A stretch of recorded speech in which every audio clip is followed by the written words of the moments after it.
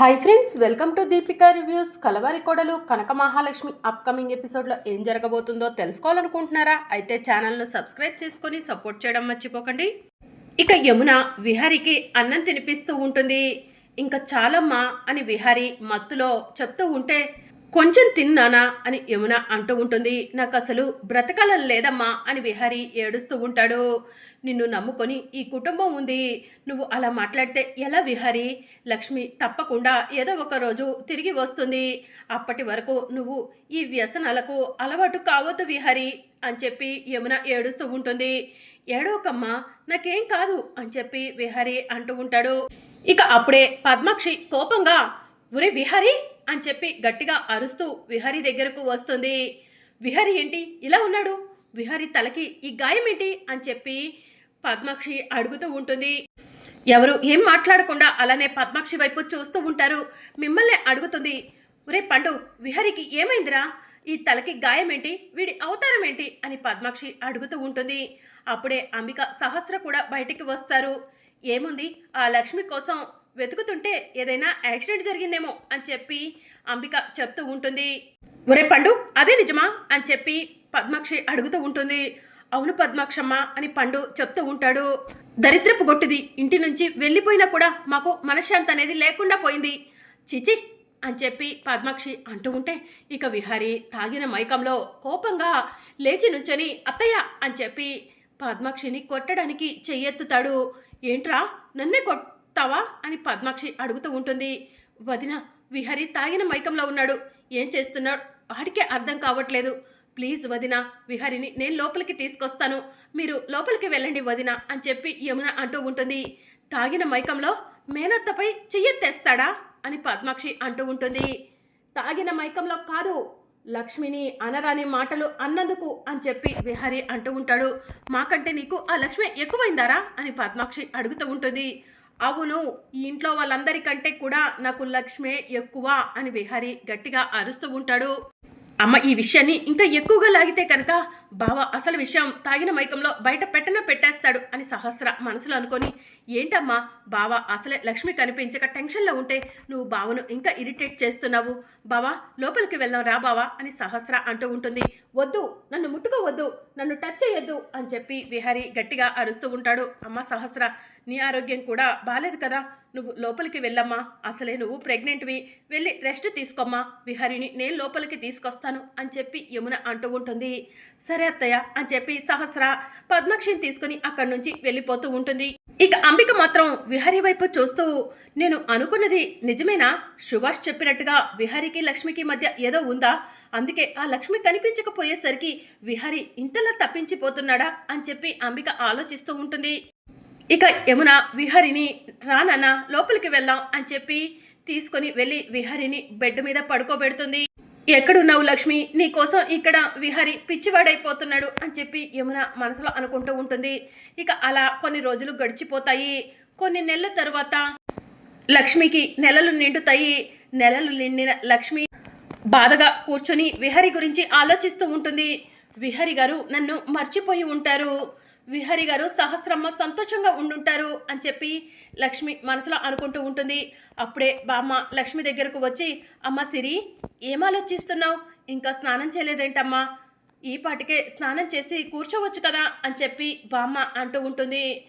ఏమో బామ్మ, మనసేం బాలేదు అని చెప్పి లక్ష్మి చెప్తూ ఉంటుంది.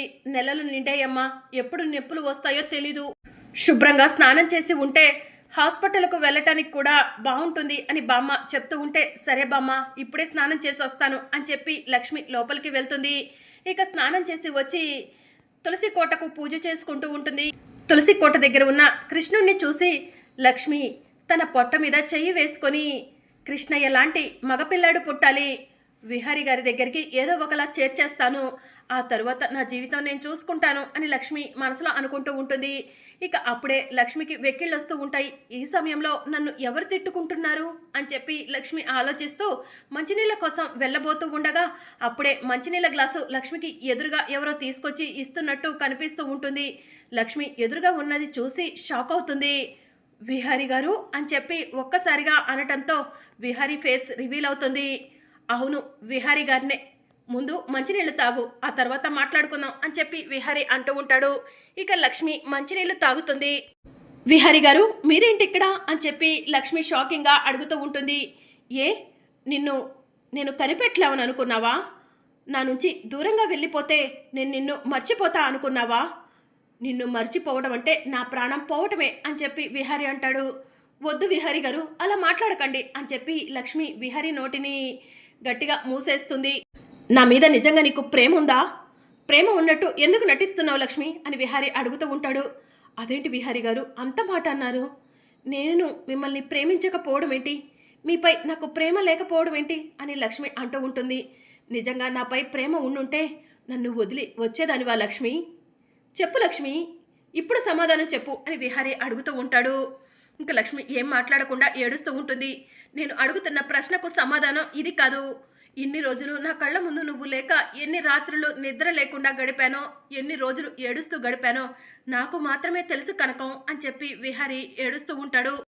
ఒకరోజైతే చచ్చిపోవాలని కూడా అనుకున్నాను, కానీ నువ్వు ఏదో ఒకరోజు తిరిగి వస్తావు, నీ ఆచూకీ నాకు తెలుస్తుందని అమ్మ నాకు ధైర్యం చెప్పింది అని చెప్పి విహారి చెప్తూ ఉంటాడు. నా నుంచి దూరంగా నువ్వు ఉండలేవని నాకు తెలుసు, కానీ నువ్వు ఇలాంటి నిర్ణయం ఎందుకు తీసుకున్నావు కనకం అని చెప్పి విహారి అడుగుతూ ఉంటాడు. విహారి గారు నన్ను ఏమీ అడగొద్దు, నేనేం చెప్పలేవను అని చెప్పి లక్ష్మి అంటూ ఉంటుంది. లేదు కనకం, నాకు నిజం తెలియాలి. అసలు నిన్ను ఇంట్లో నుంచి ఎవరు బయటికి పంపించారు? నిన్నెవరైనా భయపెట్టారా, బెదిరించారా? అందుకే నువ్వు నాకు దూరంగా ఇంట్లో నుంచి వచ్చేసావా? చెప్పు కనకం అని విహారి అడుగుతూ ఉంటాడు. నువ్వు నాతో ఉండుంటే ఈ పాటికే నువ్వు నా భార్యవని అందరి ముందు చెప్పేదాన్ని, నీకు ఇంట్లో కోడలి హోదా కల్పించేదాన్ని అని చెప్పి విహారి అంటూ ఉంటే, మీరు ఈ విషయం అందరితో చెప్తారని, ఇంట్లో నాకు కోడలి హోదా కల్పించాలని చూస్తారని నాకు తెలుసు విహారి గారు, అందుకే నేను ఇంటి నుంచి బయటకు వచ్చేసాను అని చెప్పి లక్ష్మి అంటూ ఉంటుంది. ఏం మాట్లాడుతున్నావు నువ్వు? నీకు పిచ్చి పట్టిందా? నీకు మంచి చేస్తా అంటుంటే అందుకే ఇంట్లో నుంచి బయటకు వచ్చేసా అంటావేంటి అని చెప్పి విహారి అడుగుతూ ఉంటాడు. నేను అక్కడే ఉంటే నేను మీ భార్యనని, నా మెడలో మీరు తాళి కట్టారన్న నిజం మీరు బయట పెట్టేస్తారు. అప్పుడు ఆ విషయం తెలుసుకున్న సహస్రమ్మ తట్టుకోలేదు. సహస్రమ్మ, పద్మాక్షి అమ్మ మీపై కోపంతో కోర్టులో కేసు వేస్తారు. సహస్రమ్మను తీసుకొని పద్మాక్షి అమ్మ ఇంటి నుంచి వెళ్ళిపోతుంది. ఇది కాదు విహారి గారు నేను కోరుకుంది. మీరు, పద్మాక్షి అమ్మ అందరూ కలిసి ఉండాలి. అప్పుడే మీ నాన్నగారి సంకల్పం నెరవేరుతుంది. మీరు మీ కుటుంబాన్ని కలపడం కోసం ఎంత కష్టపడ్డారో నాకు తెలుసు. నా కోసం ఆ కష్టాన్నంతా మర్చిపోయి మళ్ళీ కుటుంబం విడిపోతుందంటే నేను చూస్తూ ఎలా ఊరుకోగలను విహారి గారు? అందుకే మీ కుటుంబం ముక్కలు అవ్వకూడదని, మీరంతా కలిసి ఉండాలని ఇంటి నుంచి బయటకు వచ్చేశాను అని చెప్పి లక్ష్మి చెప్తూ ఉంటుంది. పిచ్చి పట్టిందా నీకు? నాకు ఎవరు అక్కర్లేదు కనకం, నువ్వు ఒక్కదాని ఉంటే చాలు.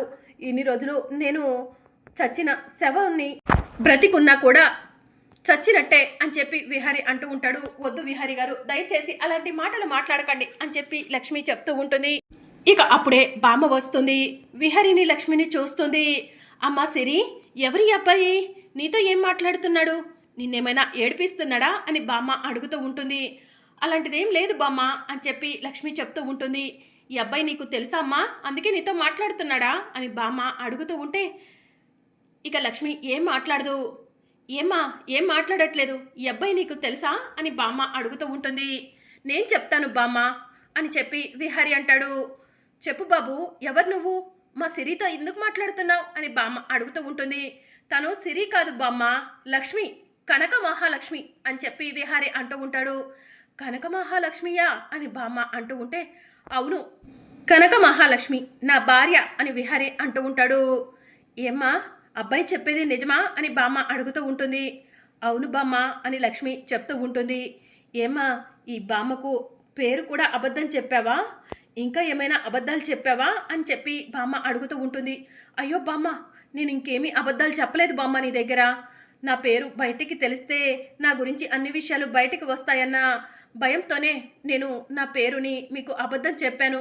నన్ను క్షమించండి బామ్మ అని కనక మహాలక్ష్మి అంటూ ఉంటుంది. పిచ్చి పిల్ల అని చెప్పి బామ్మ అంటూ ఉంటుంది. బాబు, కరెక్ట్ సమయానికి వచ్చావు. అమ్మాయికి నెలలు నిండాయి. అమ్మాయికి నేనే పురుడు పోద్దామనుకున్నాను. నేను కూడా పెద్దదాన్ని అయిపోయాను. పురుడు పోసే పరిస్థితిలో నేను లేను. అమ్మాయి పరిస్థితి ఎలానా అనుకున్నాను. ఆ దేవుడు సమయానికి నిన్ను పంపించాడు బాబు అని చెప్పి బామ్మ అంటూ ఉంటుంది. కనకం, నువ్వు గర్భవతివా అని విహారీ అడుగుతూ ఉంటాడు. ఏ బాబు, ఈ విషయం నీకు తెలీదా? అమ్మాయి 7 నెలల క్రిందట నా దగ్గరకు వచ్చింది. అప్పుడే అమ్మాయి గర్భవతిగా ఉంది అని చెప్పి బామ్మ చెప్తూ ఉంటుంది. కనకం, నేను తండ్రిని కాబోతున్నానా? ఆ సంతోషం కూడా నాకు లేకుండా చేసావు కదా కనకం అని చెప్పి విహారీ అంటూ ఉంటాడు. నన్ను క్షమించండి విహారీ గారు అని చెప్పి లక్ష్మి అంటూ ఉంటుంది. క్షమాపణ అడిగితే సరిపోతుందా? నా జీవితంలో అసలైన సంతోషం నా వారసుడు నీ కడుపులో ఉన్నాడు. అలాంటి సంతోషాన్ని నాకు లేకుండా చేసావు కదా కనకం అని చెప్పి విహారీ అంటూ ఉంటాడు. అమ్మాయి ఏదో మనసులో పెట్టుకొని ఇదంతా చేసింది బాబు. అమ్మాయి చాలా మంచిది. ఎదుటివారు కష్టపడుతుంటే అసలు చూడలేవదు, ఎదుటివారు బాధపడుతుంటే అంతకన్నా చూడలేవదు. ఈ 7 నెలల్లో అమ్మాయి ఎలాంటిదో నాకు అన్నీ కూడా బాగా అర్థమయ్యాయి. అమ్మాయిని గుండెల్లో పెట్టుకొని చూసుకో బాబు అని బామ్మ చెప్తూ ఉంటుంది. మీకు అభ్యంతరం లేకపోతే మీరు ఇక్కడే ఉండొచ్చు అని బామ్మ అంటూ ఉంటే, బామ్మ, నాకు చాలా పెద్ద ఇల్లుంది, చాలా కంపెనీలు ఉన్నాయి. కంపెనీలకు నా కనక మహాలక్ష్మి CEO, నేను చైర్మన్ని. నానమ్మ, తాతయ్య, అమ్మ, మేనత్తలు, మరదలు, మామయ్య చాలామందే ఉన్నారు. వాళ్ళందరినీ కాదనుకొని కనకం మీ దగ్గరకు వచ్చి ఉంది. నా కనకానికి మీరు ఇన్ని రోజులు ఆశ్రయం ఇచ్చారు. చాలా థ్యాంక్స్ బామ్మ అని విహారీ చెప్తూ ఉంటాడు. దేవుడు ఆ అమ్మాయిని నా దగ్గర ఉంచాలని ఎందుకు నిర్ణయించుకున్నాడో బాబు. ఆ అమ్మాయి నా దగ్గరకు చేరుకుంది. ఎలాగో ఒకలా ఇన్ని రోజులు అమ్మాయిని కాపాడగలిగాను. ఇక మీదట అమ్మాయిని నువ్వే కాపాడుకో బాబు అని చెప్పి బామ్మ చెప్తూ ఉంటుంది. బామ్మ, మీకు అభ్యంతరం లేకపోతే నాతో పాటు మీరు కూడా మా ఇంటికి రండి అని విహారీ అంటూ ఉంటాడు. లేదు బాబు, ఇది నా భర్త కట్టించిన ఇల్లు. నా చివరి ప్రాణం ఈ ఇంట్లోనే పోవాలి అని బామ్మ చెప్తూ ఉంటుంది. సరే బామ్మ, నేను కనకాన్ని తీసుకొని వెళ్తాను. మీరు జాగ్రత్త. మీకు ఏ అవసరం వచ్చినా కూడా ఇది నా ఫోన్ నెంబర్, ఫోన్ చేయండి. మీ అవసరాలన్నీ కూడా నేను దగ్గరుండి తీరుస్తాను అని చెప్పి విహారీ చెప్తూ ఉంటాడు. మంచిది నాయనా. అమ్మా సిరి, ఓ నీ పేరు సిరి కాదు కదా, కనక మహాలక్ష్మి, వెళ్ళమ్మా, వెళ్ళి నీ లగేజ్ తెచ్చుకో, రెడీ అయిరాపో అని బామ్మ చెప్తూ ఉంటే, సరే బామ్మ అని చెప్పి కనక మహాలక్ష్మి అంటుంది. ఇక కనక మహాలక్ష్మి రెడీ అయి లగేజ్ తీసుకొని బయటికి వస్తుంది. బామ్మ, ఇక నేను వెళ్ళొస్తాను అని చెప్పి లక్ష్మి బామ్మ కాళ్లకు నమస్కారం చేసుకుంటూ ఉంటే, నిండు గర్భిణిగా ఉన్నావు, ఇలా కాళ్ళ మీద పడకూడదు, లేమ్మా లే అని చెప్పి బామ్మ అంటూ ఉంటుంది. సరే బామ్మ, ఇన్ని రోజులు నాకు ఆశ్రయం ఇచ్చావు, నీ రుణం నేను తీర్చుకోలేవను అని చెప్పి కనక మహాలక్ష్మి చెప్తూ ఉంటే, ఇద్దరం ఒకరికొకడు చేదోడు వాదాడుగా ఉన్నావు, ఈ రోజు నుంచి నేను ఒంటరిని అయిపోతాను అని బామ్మ అంటూ ఉంటే, అందుకే మాతో రండి బామ్మ అని విహారీ అంటూ ఉంటాడు. చెప్పాను కదా నాయనా, నేను ఎవరితో రాలేవను, నా ఆ ఊపిరి ఇక్కడే ఆగిపోవాలి అని బామ్మ అంటూ ఉంటే, బామ్మ అలాంటి మాటలు మాట్లాడకండి. నేను పురుడు పోసుకున్న తర్వాత నా బిడ్డని నీ దగ్గరకు తీసుకొని వస్తాను, మీరు ఆశీర్వదించాలి అని లక్ష్మి చెప్తూ ఉంటే, సంతోషం అమ్మా, సంతోషంగా వెళ్ళిరా అని బామ్మ చెప్తూ ఉంటుంది. సరే బామ్మ, బయలుదేరతాను అని కనక మహాలక్ష్మి అంటూ ఉంటే, అమ్మాయిని జాగ్రత్తగా చూసుకో బాబు అని బామ్మ విహారీకి చెప్తూ ఉంటుంది. ఇక విహారీ కనక మహాలక్ష్మిని తీసుకొని ఇంటికి బయలుదేరతాడు. ఇక కారులో విహారీ వెళ్తూ ఉంటే, ఇంకా విహారీ లక్ష్మి చెయ్యిని పట్టుకొని, లక్ష్మి, నాకు చాలా సంతోషంగా ఉంది. నువ్వు కడుపుతో ఉన్నావని తెలియగానే నేను ఇన్ని రోజులు నీ కోసం పడ్డ బాధ అంతా కూడా మర్చిపోయాను. నిజంగా మా నాన్న నీ కడుపున పుట్టబోతున్నాడు లక్ష్మి అని విహారీ అంటూ ఉంటే, విహారీ గారు, సహస్రమ్మ పురుడు పోసుకుందా అని చెప్పి లక్ష్మి అంటూ ఉంటుంది. లక్ష్మి, సహస్ర కడుపులో బిడ్డకి నేను తండ్రిని కాదు లక్ష్మి, సహస్రను అసలు నేను టచ్ చేయలేదు లక్ష్మి అని విహారీ చెప్తూ ఉంటాడు. ఇక అప్పుడే విహారీ ఫోన్ రింగ్ అవుతూ ఉంటుంది. విహారీ ఫోన్ లిఫ్ట్ చేసి, హలో అమ్మా అని చెప్పి అంటూ ఉంటే, నాన్న విహారీ ఎక్కడ ఉన్నావురా అని చెప్పి యమున అడుగుతూ ఉంటుంది. కనకం ఆచూకీ తెలుసుకున్నానమ్మా, కనకాన్ని తీసుకొని వస్తున్నాను అని విహారీ చెప్తూ ఉంటాడు. కనకం కోసం హారతి కూడా రెడీ చెయ్యి అని చెప్పి విహారీ చెప్తూ ఉంటాడు. అంతేకాదు, ఇంటికి వచ్చాక నీకు ఒక గుడ్ న్యూస్ కూడా చెప్తాను అని చెప్పి విహారీ అంటూ ఉంటే, గుడ్ న్యూసా, ఏంటది అని చెప్పి యమున అడుగుతూ ఉంటుంది. ఫోన్లో చెప్పేది కాదమ్మా, డైరెక్ట్గా చెప్తాను అని చెప్పి విహారీ అంటాడు. సరే నాన్న, తొందరగా రండి, హారతి పళ్ళంతో ఎదురు చూస్తూ ఉంటాను అని చెప్పి విహారీకి యమున చెప్తూ ఉంటుంది. మరి అప్కమింగ్ ఎపిసోడ్లో ఏం జరగనుందో తెలుసుకోవాలనుకుంటున్నారా? అయితే ఛానల్ను సబ్స్క్రైబ్ చేసుకొని సపోర్ట్ చేయడం మర్చిపోకండి. Thank you for watching.